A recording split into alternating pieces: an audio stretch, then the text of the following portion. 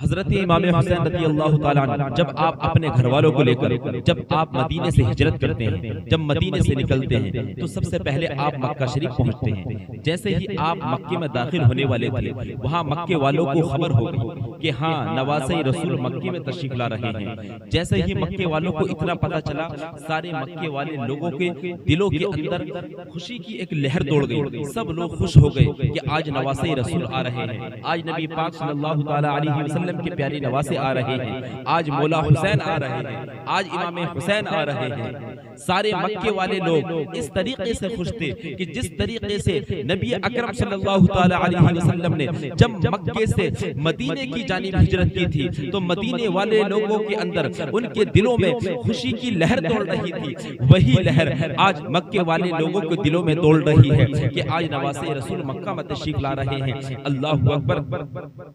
हजरत इमाम हुसैन रज़ियल्लाहु ताला अन्हु जब आप मक्के में पहुंच जाते हैं, तो मक्के वाले लोग आपका इस्तकबाल करते हैं, आपको देखकर खुश हो जाते हैं। आप सब अपने घर वालों के साथ आप मक्के ही में क़याम फरमाते हैं। अब मक्के वाले लोग आपसे कहने लगे कि ए नवासे रसूल, कि ए इमाम हुसैन, अब तुम इस मक्के को छोड़कर मत जाना। और हज़रत अब्दुल्ला इब्ने ज़ुबैर भी मक्के के अंदर ही थे, वो भी कहने लगते हैं कि ए नवासे रसूल, तुम अब मक्के को छोड़कर मत जाना। अब्दुल्ला इब्ने उमर भी कहने लगते हैं कि ए नवासे रसूल, कि तुम अब मक्के को छोड़कर मत जाना। अल्लाहु अकबर। जितने भी मक्के के अंदर लोग थे, वो सब कहने लगते हैं कि तुम मक्के को छोड़कर मत जाना। तो मेरे इमाम हुसैन फरमाते हैं, इमाम अली मकाम हज़रत इमाम हुसैन रज़ियल्लाहु ताला अन्हु इरशाद फरमाते हैं कि ए लोगों, मेरा भी यही इरादा है कि अब मैं मक्के ही में रहूंगा, अब मैं मक्के को छोड़कर नहीं जाऊंगा।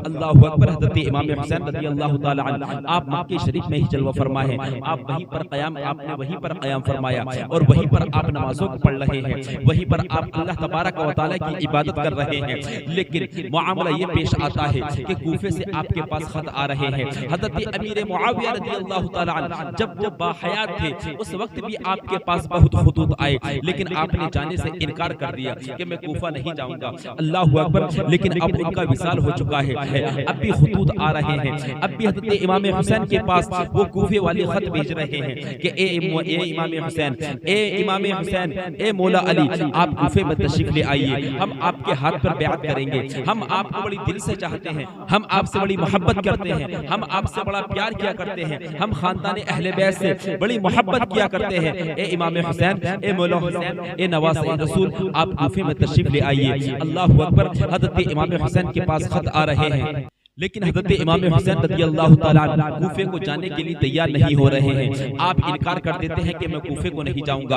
आप जानते थे कि कूफे वाले बड़े बेवफा लोग हैं, कूफे वाले बड़े बेमुरब्बत लोग हैं, वो बहुत जल्दी दगा कर बैठते हैं। उन्होंने मेरे बाबा मौला अली रज़ियल्लाहु ताला अन्हु को भी उन्होंने ही शहीद किया था। मेरे बड़े भाई हज़रत इमाम हसन रज़ियल्लाहु ताला अन्हु जब वो कूफे के अंदर इमामत पर फाइज थे, तो उनके कदमों के नीचे से कूफे के लोगों ने मुसल्ले को खींच लिया था। अल्लाहु अकबर। हज़रत इमाम हुसैन रज़ियल्लाहु ताला अन्हु उनके किरदार के बारे में जानते थे कि वो ये बड़े बेवफा लोग हैं, ये बड़े बेमुरब्बत लोग हैं, ये ऐसे लोग हैं कि ये किसी के साथ में वफा नहीं करते। अल्लाहु अकबर। हज़रत इमाम हुसैन के पास खत आ रहे हैं। अब कूफे वाले लोगों ने सोचा कि हज़रत इमाम हुसैन को कैसे कूफे के अंदर बुलाया जाए, तो मुस्लिम बिन सुर्क के घर पर लोग जमा हुए और वहां पर एक मीटिंग हुई। उस मीटिंग के अंदर बात ये तय हुई कि हज़रत इमाम हुसैन की बारगाह में एक खत लिखा जाए कि ए मौला हुसैन, आप यहाँ पर तशरीफ ले आइए, हम आपकी बैअत करने के लिए तैयार हैं, हम चाहते हैं कि आप बहुत जल्द इस कूफे के अंदर तशरीफ लेकर आए। हम खानदान अहले बैत से बड़ी मोहब्बत किया करते हैं, हम उनसे बड़ा प्यार किया करते हैं, अगर आप ना आएंगे तो ये यज़ीदी हम पर जुल्म करेगा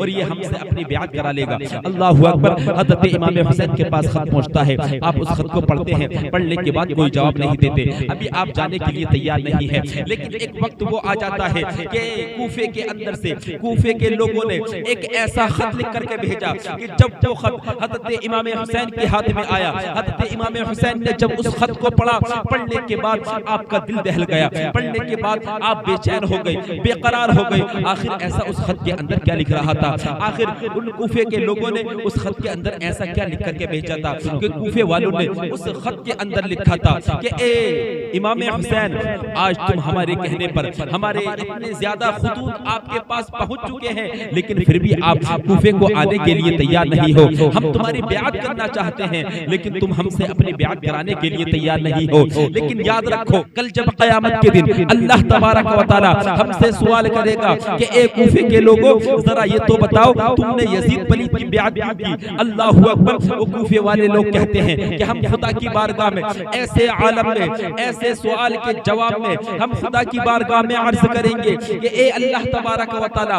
हमने तेरे महबूब के प्यारे नवासे मौला हुसैन को बहुत खत भेजे थे, इतने ज्यादा खत भेजे थे, तकरीबन 150 खत हम भेज चुके थे, लेकिन वो मौला हुसैन, वो नवासे रसूल, वो हमारे कूफे में आने के लिए तैयार नहीं थे। हम तो उनके हाथ पर ब्यात करना चाहते थे, हम तो खानदान अहले बैत से मोहब्बत किया करते थे, हम तो नवासे रसूल से मोहब्बत किया करते थे, हम तो उनके हाथ पर ब्यात करना चाहते थे, हम उस फासिक व फाजिर यजीद के हाथ पर ब्यात ना करना चाहते थे। लेकिन अल्लाहू अकबर, वो कूफे वाले लोग कहते हैं कि हम खुदा की बारगाह में अर्ज कर देंगे, ए अल्लाह तबारक व तआला, तेरे प्यारे महबूब का प्यारा नवासा जब वो कूफे ना आया तो हमको मजबूरन उस यजीद की ब्यात करनी पड़ी। हमको इतना मजबूर उस यजीद ने कर दिया कि हम पर जुल्म व सितम वो किया करता, इसलिए हमको मजबूरन उसकी ब्यात करनी पड़ जाती। अल्लाहू अकबर। जैसे ही खत हज़रत इमाम हुसैन पढ़ते हैं, पढ़ने के बाद आपका दिल दहल जाता है, आपके दिल में ख्याल आता है कि आज तक जितने भी खत आए, उन खत को पढ़ने के बाद मेरा दिल इस तरीके से मायूस नहीं हुआ। लेकिन अल्लाहू अकबर, हज़रत इमाम हुसैन रज़ी अल्लाह ताला अन्हु सहाबाए किराम के बीच में जाते हैं, मक्के वाले लोगों के बीच में जाते हैं, और जाने के बाद उस खत को पढ़कर सुनाते हैं और कहते हैं कि इस बारे में कुछ मशवरा कीजिए। अल्लाहू अकबर। वो मक्के वाले लोग, वो अब्दुल्ला इब्ने जुबैर, वो अब्दुल्ला इब्ने उमर, वो कहने लगते हैं, ए मौला हुसैन, ए नवासे रसूल, आप कूफे को ना जाइए, कूफे वाले लोग बड़े बेवफा लोग हैं, वो आपको शहीद कर देंगे। अल्लाहू अकबर। हज़रत इमाम हुसैन रज़ी अल्लाह ताला अन्हु अभी रुकने के लिए तैयार नहीं है। आप कह रहे हैं कि अब तक जितने भी खुतूत आए, उनको पढ़ने के बाद मेरा दिल मायूस नहीं हुआ, लेकिन आज जो खत आया है, इस खत को पढ़ने के बाद मेरा दिल मायूस हो गया है। अब मेरा इस जगह पर रुकने को दिल नहीं करता, अब मेरा दिल ये चाहता है कि मैं फौरन कूफे को पहुंच जाऊं। लेकिन अब बात ये आ गई थी कि खुदा की बारगाह में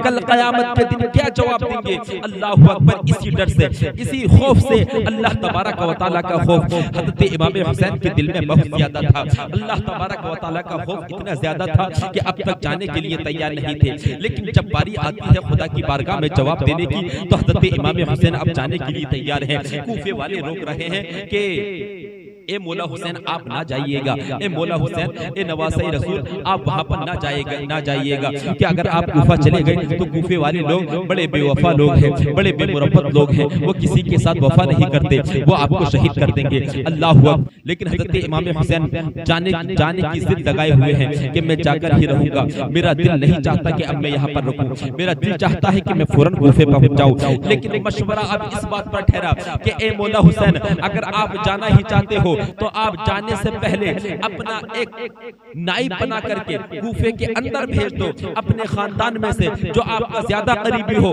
जो आपको वहाँ के हालात ज्यादा बेहतर बता सके, अपने खानदान से एक ऐसा करीबी शख्स कूफे को रवाना कर दो, अपना नाइब बना करके रवाना कर दो। जब वो वहाँ के हालात बता देगा, तो हालात बताने के बाद में कि ए मौला हुसैन आप चले जाइएगा, फिर कोई हर्ज नहीं है। लेकिन फिर भी हमारा दिल ये नहीं गवारा कर रहा कि आप मक्का छोड़ करके कूफे को रवाना हो। अल्लाहू अकबर। जब मशवरा हो गया तो हज़रत इमाम हुसैन रज़ी अल्लाह ताला अन्हु चचा साथ भाई हजरत इमाम मुस्लिम बिन अकील रज़ियल्लाहु ताला अन्हु उनको बुलाया और उनको अपना नाइब बनाया। नाइब बना करके उनको कूफे की जानिब रवाना कर दिया। अल्लाहु अकबर। हजरत इमाम मुस्लिम बिन अकील उनके साथ उनके दो छोटे बच्चे हैं, वो भी जाने के लिए तैयार हैं। वो छोटे बच्चे इतने छोटे बच्चे हैं कि जो बाप के बगैर उनका दिल नहीं लगा करता, वो बाप के बिना बिल्कुल एक मिनट भी बर्दाश्त नहीं करते। अल्लाहु अकबर। वो हजरत मुस्लिम बिन अकील अपने दोनों छोटे से बच्चों को लेकर, जिनका जिनका नाम मोहम्मद और इब्राहिम है, उन दोनों को लेकर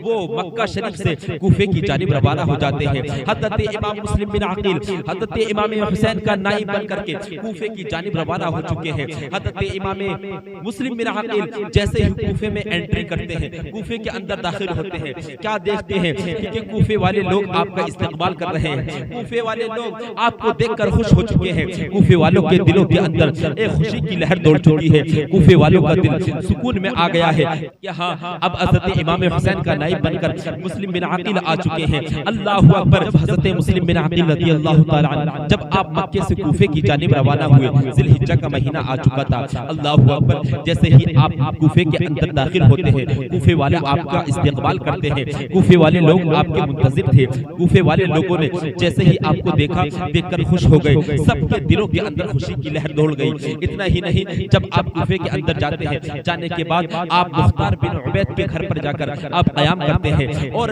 एक रिवायत के अंदर आता है कि जब आपने वहां पर क़याम किया और आप जब वहां पर आपने रात को गुजारा, तो एक रात ही के अंदर 12,000 लोगों ने आपके हाथ पर बैअत फरमाई। और एक रिवायत के अंदर आता है कि 7 दिन के अंदर अंदर 12,000 लोगों ने आपके हाथ पर बैअत फरमाई। अल्लाहु अकबर। जैसे ही हज़रत मुस्लिम बिन अकील रज़ियल्लाहु ताला अन्हु ने देखा कि ये कूफे वाले लोग तो बड़ी दिलचस्पी से बैअत ले रहे हैं, ये कूफे वाले लोग तो बड़े बेताब हैं हज़रत इमाम हुसैन रज़ियल्लाहु ताला अन्हु के हाथ पर बैअत लेने के। अल्लाहु अकबर। हज़रत मुस्लिम बिन अकील रज़ियल्लाहु ताला अन्हु ने देखा, उनकी मोहब्बत को देखा कि ये अहले बैत से कितनी मोहब्बत करने वाले हैं, ये इमाम हुसैन से कितनी मोहब्बत करने वाले हैं। मुस्लिम बिन अकील रज़ियल्लाहु ताला अन्हु ने एक खत लिखा। लिखने के बाद उसको मक्के की जानिब रवाना कर दिया। हज़रत इमाम हुसैन के पास उस खत को भेज दिया।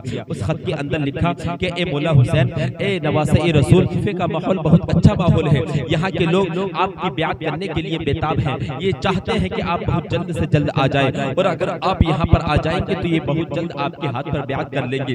लोग बड़ी शौक से आकर आपके हाथ पर बैअत कर रहे हैं। अल्लाहु अकबर। जब उस खत के अंदर हज़रत इमाम हुसैन रज़ियल्लाहु ताला अन्हु ने इतना पढ़ा, आपका दिल सुकून से हो गया कि हाँ, जो खुतूत के अंदर जो बातें लिखकर आ रही थी मेरे खानदान से, मुस्लिम बिन अकील जब वहां पर गए हैं, उन्होंने भी खत में यही लिख करके भेजा है कि यहाँ के जो माहौल है बहुत अच्छा माहौल है। लोग बहुत ज्यादा तेजी के साथ, इंतहाई तेजी के साथ वो बैअत को ले रहे हैं, बहुत जल्द वो बैअत कर रहे हैं। ए इमाम हुसैन, ए मौला हुसैन, आप जितनी जल्दी तशरीफ ले आइएगा, सारा कूफा आपके हाथ पर बैअत कर लेगा। अल्लाहु अकबर। हज़रत इमाम मुस्लिम बिन अकील और ये आगे ये भी लिखते हैं कि आप जितनी जल्दी कूफे के अंदर आ जाइएगा, कूफे वाले लोग आपके हाथ पर बैअत कर लेंगे। अल्लाहु अकबर। जैसे ही हज़रत इमाम हुसैन रज़ियल्लाहु ताला अन्हु ने इस खत को पढ़ा, पढ़ने के बाद आपके दिल को सुकून मिला। उसके बाद अब इधर मामला ये पेश आया कि इधर हज़रत इमाम मुस्लिम बिन अकील रज़ियल्लाहु ताला अन्हु के हाथ पर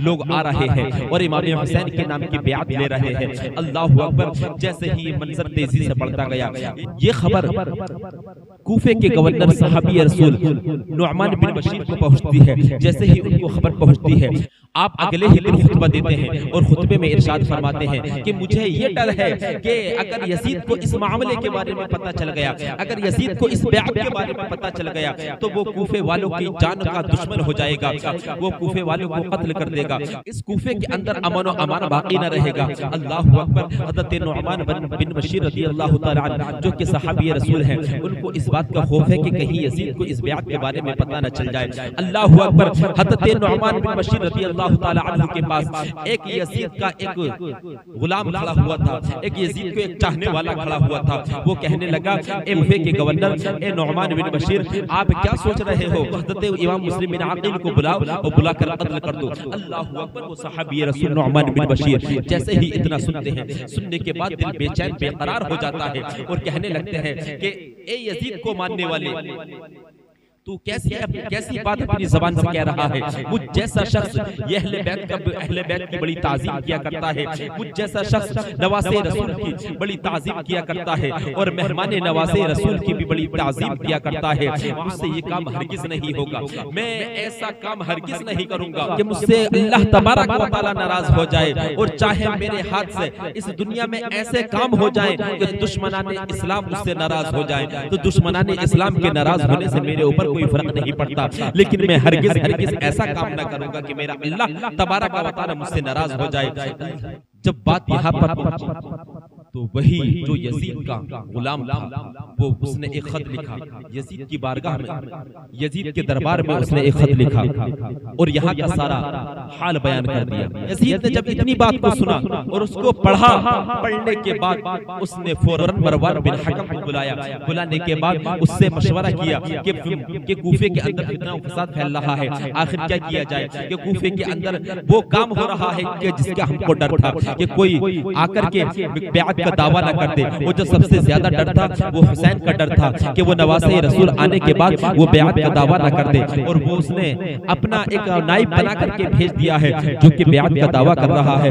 लेकिन हज़रत इमाम हुसैन रज़ियल्लाहु ताला अन्हु ने अभी तक बैत का दावा ना किया था, बल्कि कूफे के लोगों ने तमाम कूफे के अंदर इस बात को फैला दिया था कि हम हज़रत इमाम हुसैन के हाथ पर बैत कर लेंगे। लेकिन यजीद पलीद उस मरवान हकम को बुलाकर जो मशवरा करता है, मशवरा देता है कि तुम अब्दुल्ला इब्ने ज़ियाद को बुलाओ जो कि बसरा का गवर्नर है। वो बड़ा बदबख्त इंसान था, वो बड़ा जालिम इंसान था, वो इतना जालिम इंसान था इब्ने ज़ियाद कि उसके बारे में आता है कि उसकी माँ सारा दिन इधर उधर जिना कराती फिरती रहती और उसी जिना से वो इब्ने ज़ियाद पैदा हुआ था। तो इतना बड़ा जालिम था कि लोगों पर बड़ा जुल्म किया करता था, लोगों को बहुत सताया करता था। अल्लाहु अकबर। उस यजीद ने फौरन उसी उबैदुल्लाह इब्ने ज़ियाद के पास खत भेजा और उसके अंदर लिखा कि ए इब्ने ज़ियाद फौरन बसरा को छोड़ो और बसरा को छोड़ने के बाद कूफे चले जाओ, और कूफे जाने के बाद वहां पर बहुत फितना फसाद हो रहा है, बहुत फितना फसाद हो रहा है, वहां के माहौल को कंट्रोल करो। अल्लाहु अकबर। जैसे ही वो इब्ने ज़ियाद इस खत को पढ़ता है, पढ़ने के बाद फौरन बसरा को छोड़ देता है, अपने कुछ साथियों को लेता है और लेने के बाद वो कूफा की जानिब रवाना हो जाता है। अब वो कूफा उस रास्ते से जा रहा है कि जो रास्ता मक्के से कूफे की जानिब जा रहा है। कूफे वाले लोग वो इंतजार कर रहे थे कि मौला हुसैन आने वाले हैं, वो नवासे रसूल आने वाले हैं। वो इस इंतजार में थे कि मौला हुसैन आए और जैसे ही वो आए हम उनका इस्तकबाल करें, जैसे ही वो आए हम उनके हाथ पर बैत कर लें। अल्लाहु अकबर। लेकिन हज़रत इमाम हुसैन रज़ियल्लाहु ताला अन्हु अभी आप कूफे की सरहदों तक नहीं पहुंचे थे, लेकिन वो इब्ने यजीद अपने साथियों के साथ वो मक्के वाले रास्ते से कूफे के अंदर दाखिल होने लगता है। रात का वक्त है, वो अपने चेहरे को छुपाए हुए, सर को झुकाए हुए अपने साथियों के साथ वो कूफे के अंदर दाखिल होता है। जैसे ही उसकी एंट्री कूफे के अंदर होती है, कूफे वाले लोग देखकर खुश हो जाते हैं कि लगता है इमाम हुसैन आ चुके हैं, लगता है मौला हुसैन आ चुके हैं। अल्लाहु अकबर। कूफे वाले नारा बुलंद करते हैं और इमाम हुसैन की आमद पर उनको खुशखबरी देते हैं, मरहबा कहते हैं, उनका इस्तकबाल करते हैं। अल्लाहु अकबर। वो इब्ने ज़ियाद सर को झुकाए हुए घोड़े पर सवार जा रहा है, बोल नहीं रहा है। अल्लाहु अकबर। वो सीधा जाता है और उस दारुल हकम में जाकर के, उस गवर्नर के ऑफिस में जाकर के वो अंदर पढ़ता है। वो उस गवर्नर के ऑफिस में दाखिल होता है। दाखिल होने के बाद उस गवर्नर हाउस की छत पर चढ़ जाता है। छत पर चढ़ने के बाद वो ऐलान करता है कि ए लोगों सुनो सुनो, जिसका तुम इस्तकबाल कर रहे हो मैं हुसैन नहीं हूँ, बल्कि मैं उबैदुल्ला इब्ने ज़ियाद हूँ। मुझको यजीद ने यहाँ पर भेजा है और मैं तुम्हारा नया हाकिम बन करके आया हूँ। और नुअमान बिन बशीर जो कि अब तक यहाँ पर गवर्नर थे, उनको यजीद ने मासूल कर दिया है। आज से मेरे ही हुक्म पर तुमको अमल करना होगा, जैसे मैं कहूँगा वैसे ही तुमको चलना होगा। और अगर किसी ने भी अब जबान दराजी की, अगर किसी ने भी अपने कदम को इधर उधर डगमगाया तो उसको कत्ल कर दिया जाएगा। जिसने भी मेरे खिलाफ बगावत की, इस हुकूमत के खिलाफ बगावत की, यजीद के खिलाफ अगर बगावत की तो उस बागी को भी कत्ल कर दिया जाएगा। और जो बगावत में उसका साथ देगा, साथ देने वाले बागी को भी कत्ल कर दिया जाएगा। अल्लाहु अकबर। वो अपना खुतबा देकर नीचे आ जाता है। इतना दिल दहलाने वाला उसने खुतबा दिया, लोगों के दिलों के अंदर वो खौफ बैठ गया, यजीद का खौफ बैठ गया और वो लोग घबरा गए, वो लोग परेशान हो गए। इसके बारे में तो सुना है ये बड़ा जालिम है, इसके बारे में तो सुना है कि ये बड़ा जुल्म किया करता है। अल्लाहु अकबर। लोगों में आपस में चर्चे हो रहे हैं, सब अपने अपने घर चले जाते हैं। इब्ने ज़ियाद उन कबीलों के सरदारों को बुलाता है, हर कबीले से दो दो लोगों को बुलाता है, वहां के सरदारों को बुलाता है। बुलाने के बाद उसी गवर्नर हाउस के अंदर वो उनको बैठाता है और मीटिंग करता है और कहता है अगर किसी ने भी मुस्लिम बिन अकील को अपने घर पर रोकने की कोशिश की तो याद रखना कि उसको कत्ल कर दिया जाएगा। अल्लाहु अकबर। इतना ही नहीं बल्कि वो इब्ने ज़ियाद कहता है कि याद रखो वो यजीद वो बादशाह 30,000 का लश्कर भेज रहा है। अगर किसी ने भी इमाम हुसैन की मुस्लिम बिन अकील के हाथ पर बेअत ली तो वो लश्कर आने के बाद सारे कूफे की ईंट से ईंट बजा देगा। अगर तुमको अपनी जान प्यारी है, तुमको अपना माल प्यारा है, अगर तुमको अपने घर वाले प्यारे हैं तो अब मुस्लिम बिन अकील के हाथ पर बेअत न लेना, बल्कि सबको जाकर बता दो अब कोई भी मुस्लिम बिन अकील के हाथ पर बेअत न ले। अल्लाहु अकबर। उन सरदारों को उसने सही तरीके से डरा दिया था। उसने उन सरदारों के दिलों के अंदर इतना खौफ बिठा दिया था कि जैसे ही वो अपने घर जाते हैं जाकर छुप जाते हैं और छुपने के बाद वो अपने साथियों से, अपने रिश्तेदारों से, अपने घर वालों से सबसे मना कर देते हैं कि कोई भी मुस्लिम बिन अकील के हाथ पर इमाम हुसैन की बेअत न ले। अब जैसे ही ये खबर कूफे के अंदर आम होती है कि कोई भी मुस्लिम बिन अकील को अपने घर में न ठहराए, अगर किसी के घर में मुस्लिम बिन अकील को ठहरा हुआ देख लिया तो उसका अंजाम बुरा होगा। अल्लाहु अकबर। जैसे ही इमाम मुस्लिम बिन अकील तक ये खबर पहुंचती है, हज़रत इमाम मुस्लिम बिन अकील रज़ियल्लाहु ताला अन्हु वो जिस घर के अंदर मौजूद थे उस शख्स का नाम मुख्तार बिन उबैद था। हजरत मुस्लिम बिन अकील रज़ियल्लाहु ताला उस घर से निकलते हैं। निकलने के बाद वही के अंदर एक बहुत उम्र दराज सहाबी रहा करते थे जिनका नाम हानी बिन उरवा है। वो हानी बिन उरवा जो कि अहले बैत से बड़ी मोहब्बत किया करते थे, बड़ा प्यार किया करते थे, उनका बड़ा अदब किया करते थे, बड़ी इज्जत किया करते थे। वो हजरत मुस्लिम बिन अकील रज़ियल्लाहु ताला अन्हु उनके घर तशरीफ ले गए। आपने उनको अपने घर में बुलाया। बुलाने के बाद एक कमरे के अंदर उनको छुपा दिया और ऐसे आलम में भी मुस्लिम बिन अकील के हाथ पर इमाम हुसैन की बेअत करने वाले लोगों की तादाद 18,000 के करीब थी।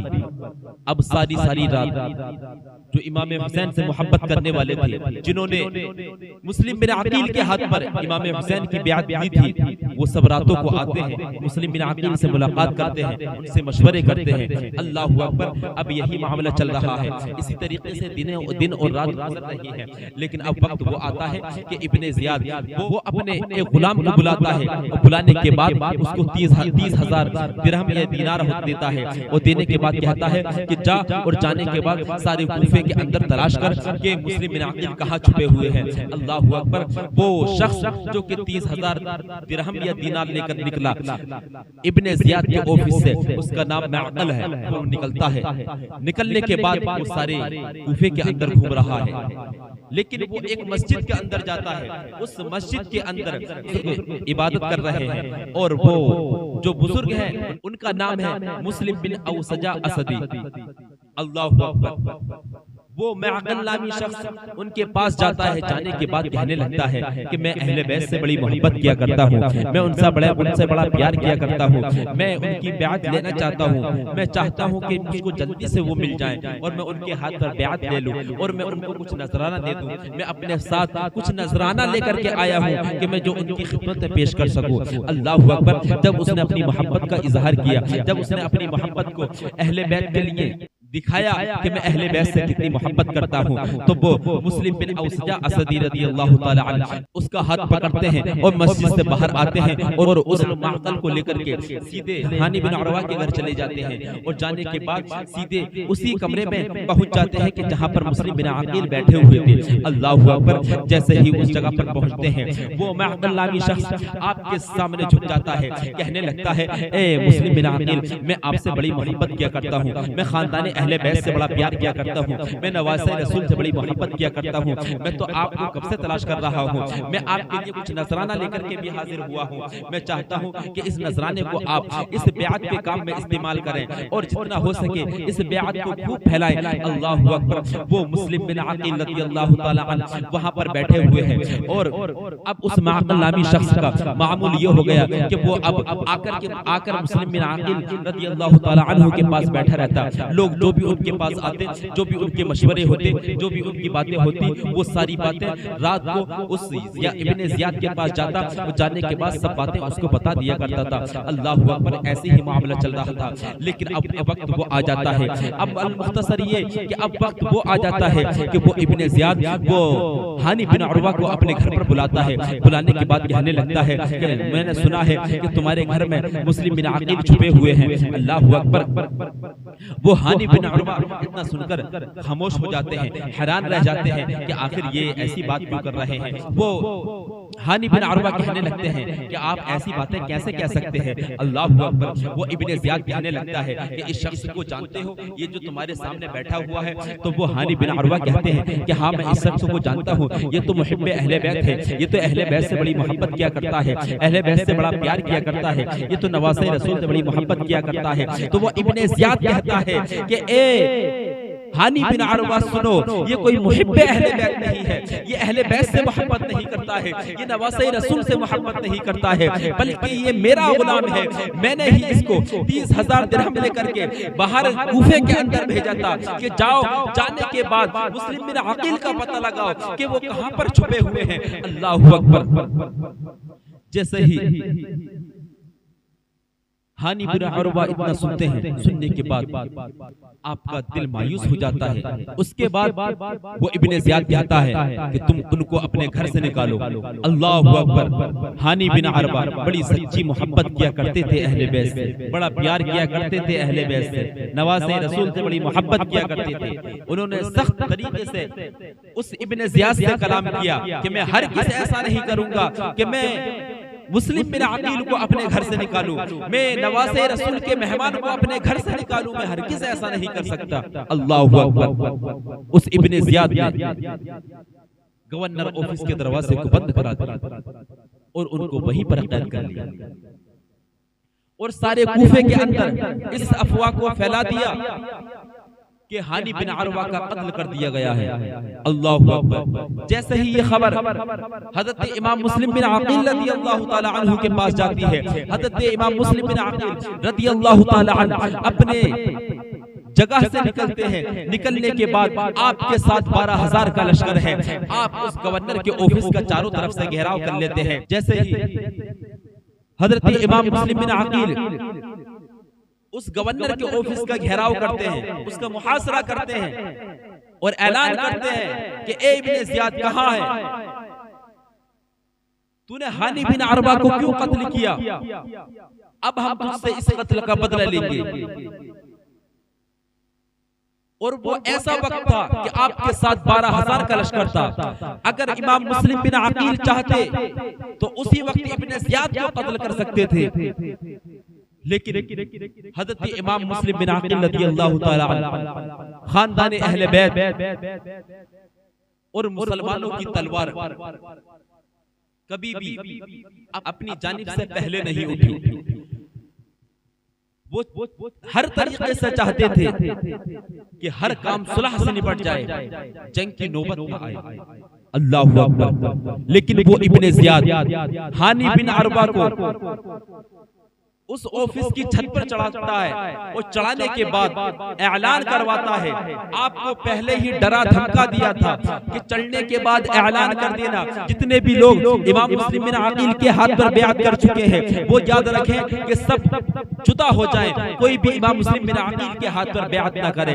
अल्लाहु अकबर। जैसे ही हानी बिन उरवा ने इतना ऐलान किया, बहुत से लोग हज़रत इमाम मुस्लिम बिन अकील रज़ियल्लाहु ताला अन्हु की बैत से अलग हो गए, जुदा हो गए, लोगों के अंदर इंतशार हो गया।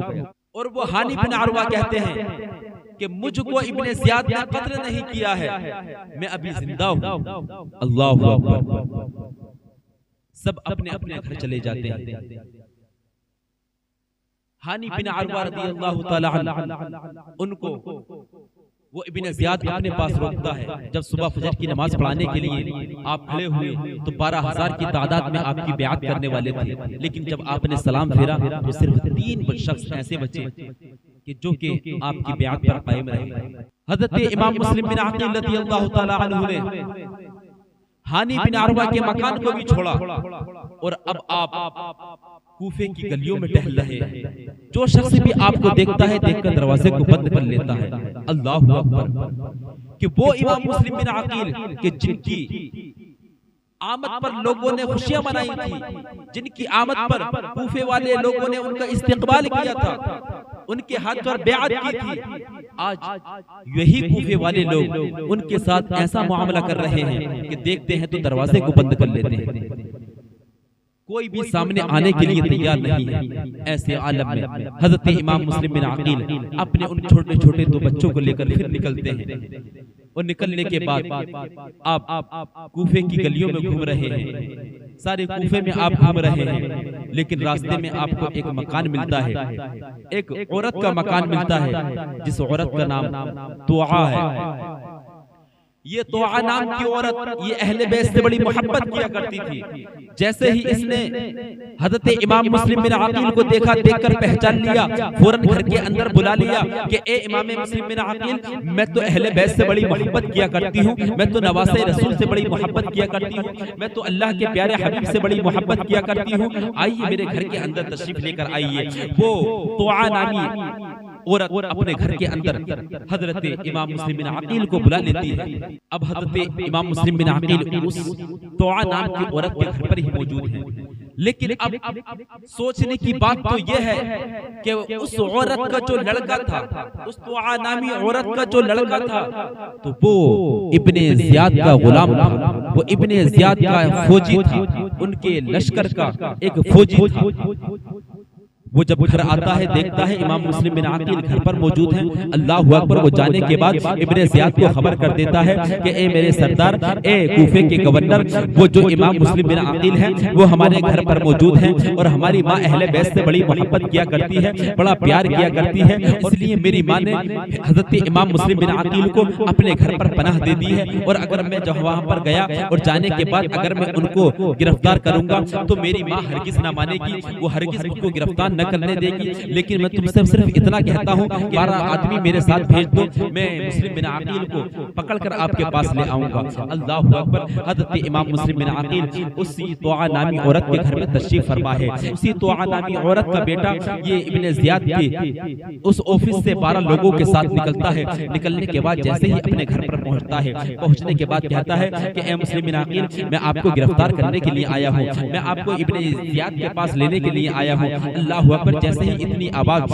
माँ की कानों में जाती है, वो तुआ नामी औरत कहती है कि ए मेरे बेटे, वो कौन सा बदबख्त टाइम था कि जिस वक्त मैंने तुझको जन्म दिया। अल्लाहु अकबर। कि तू इनको कैद करने की बात करता है, ये अहले बैत से ताल्लुक रखने वाले लोग हैं, ये नबी पाक सल्लल्लाहु ताला अलैहि वसल्लम की आल से ताल्लुक रखने वाले लोग हैं, तो इनसे इस ज़बान में बात करेगा, हरगिज में इनको जाने नहीं दूंगी। अल्लाहु अकबर। अब वक्त वो आ जाता है कि हजरत इमाम मुस्लिम बिन अकील रज़ियल्लाहु ताला अन्हु आप वहीं पर मौजूद हैं। वो तुआ नामी औरत वो कह रही है अपने बेटे से कि हरगिज में इनको कैद न होने दूंगी, हरगिज में इनको इब्ने ज़ियाद के पास न जाने दूंगी, मैं अहले बैत से बड़ी मोहब्बत किया करती हूँ। लेकिन अल्लाहु अकबर, ये कूफे के अंदर इमाम मुस्लिम बिन अकील का पहला ऐसा मामला था कि आपको तलवार निकालनी पड़ी। अल्लाहु अकबर। वो 12 के 12 लोग सामने तलवार लेकर खड़े हो गए। हजरत इमाम मुस्लिम बिन अकील भी तलवार को निकालना पड़ा। पहली मर्तबा आपने तलवार को निकाला।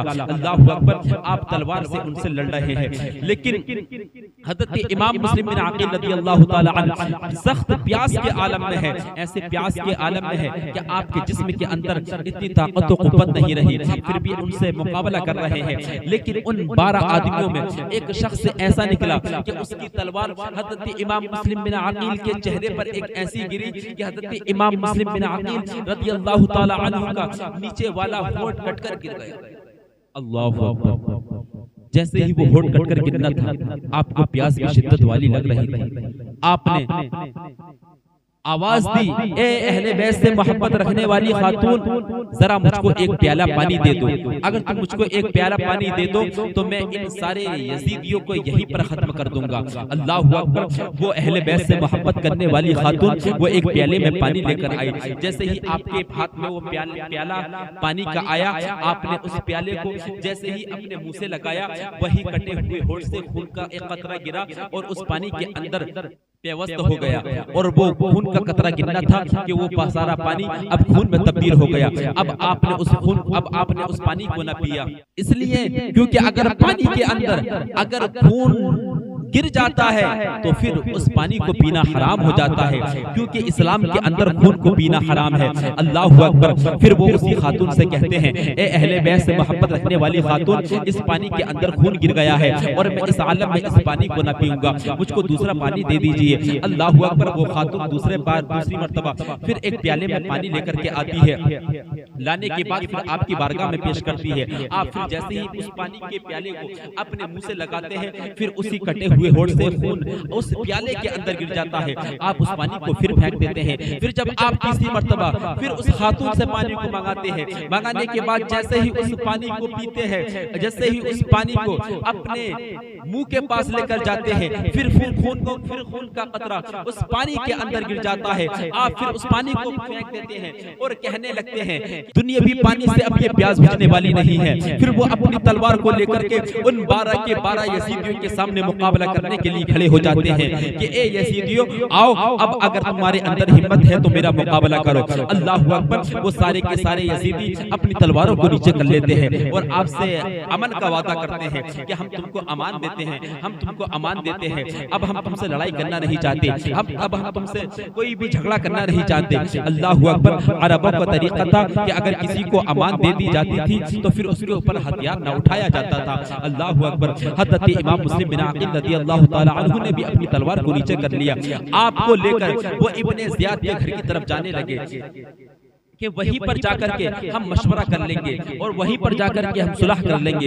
हज़रत इमाम मुस्लिम बिन अकील रज़ियल्लाहु ताला अन्हु वो उनके साथ जाने लगे, लेकिन जैसे ही आप रास्ते में जा रहे थे, उन यजीदियों ने दगा करनी शुरू कर दी, उन यजीदियों ने बेवफाई करनी शुरू कर दी। और वो बेवफाई ये की कि उनके हाथों को पीछे से बांधना शुरू कर दिया, उनके दोनों हाथों को बांध दिया। हज़रत इमाम मुस्लिम बिन अकील कहने लगते हैं कि ये कैसी अमान तुमने दी है कि तुम मेरे हाथों को बांध रहे हो। अल्लाहु अकबर। इसी हालत में हज़रत इमाम मुस्लिम बिन अकील रज़ियल्लाहु ताला अन्हु को वो लेकर इब्ने ज़ियाद के ऑफिस में पहुंच जाते हैं।